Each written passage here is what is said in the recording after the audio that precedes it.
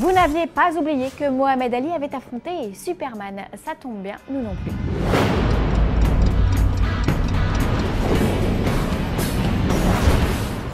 Flash est reparti au quart de tour. Depuis le départ précipité de Seth Grahame-Smith en avril dernier, le film était orphelin, mais il semblerait que le problème soit réglé. Rick Famuyiwa, révélé au grand public grâce à Dope, reprend les rênes du projet. On peut donc officiellement affirmer que Flash se dope. Mais la drogue, c'est mal, hein. Vous avez vu l'effet qu'a le Velocity sur Jay Garrick. On vous déconseille de suivre le même chemin. Bref, sur ce coup-là, Warner nous a fait une Marvel en allant chercher un réalisateur indépendant et peu connu du grand public. D'ordinaire, c'est l'écurie Disney qui fonctionne ainsi. Warner préférant se reposer sur des grands noms comme Zack Snyder ou Ben Affleck. Pari osé pour le studio qui a choisi ici un touche-à-tout car Famuyiwa s'est déjà essayé au biopic, à la comédie romantique, à la chronique adolescente et au film nostalgique des années 80. Le blockbuster, c'est donc une première dans sa filmographie. Sa mission, faire un film de super-héros qui décoiffe avec des séquences d'action façon Quicksilver. Sachant que Famuyiwa est un enfant de la pop culture, ce qui explique peut-être pourquoi il a été choisi, on peut s'attendre à quelques clins d'œil et références cachées un peu partout. On peut aussi imaginer que les scénaristes reprennent certaines intrigues déjà explorées dans la série The Flash avec Grant Gustin. Plusieurs dimensions devraient être présentes et donc potentiellement plusieurs terres différentes, ce qui devrait donner lieu à quelque chose de jamais vu à l'écran, d'autant que le budget du film sera nettement supérieur à celui de la série CW. Pour l'instant, tout ce que l'on a vu de The Flash au cinéma, c'est un Barry Allen alias Ezra Miller faisant ses courses dans Batman vs Superman.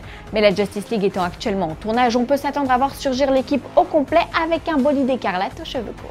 Reste à savoir comment va se comporter Barry face à Aquaman, Batman et Superman nettement plus âgés que lui. Cela pourra donner lieu à quelques échanges très sympas façon Iron Man, Spider-Man dans la Civil War, de la répartie vive comme l'éclair.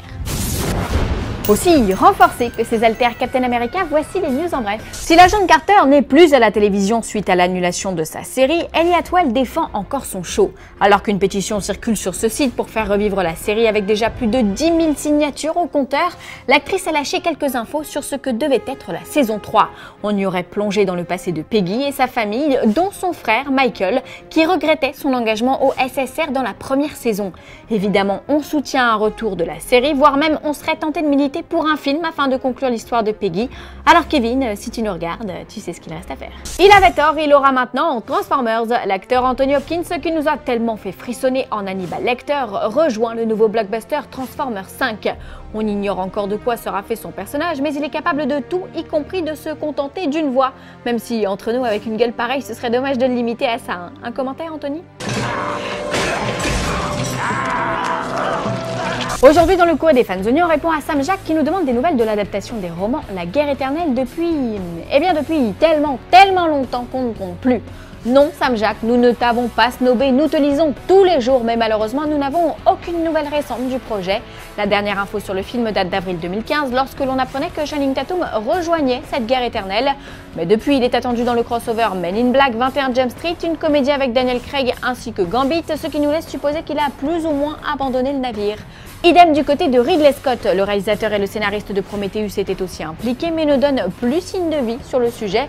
Et pourtant il y a vraiment matière à faire un film de fou avec ce classique de la SF qu'est La Guerre éternelle. Courage Sam Jack, on est avec toi.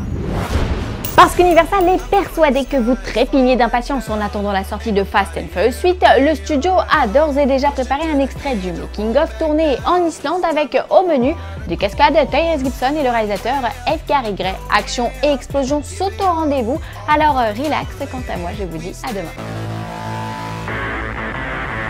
We at it again, sending love from Iceland. Let's go.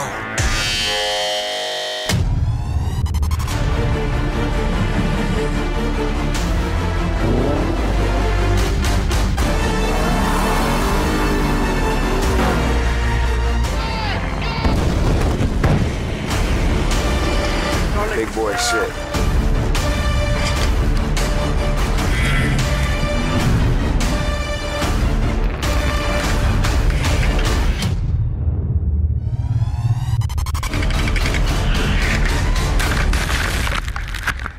And now we get to pick up the mess.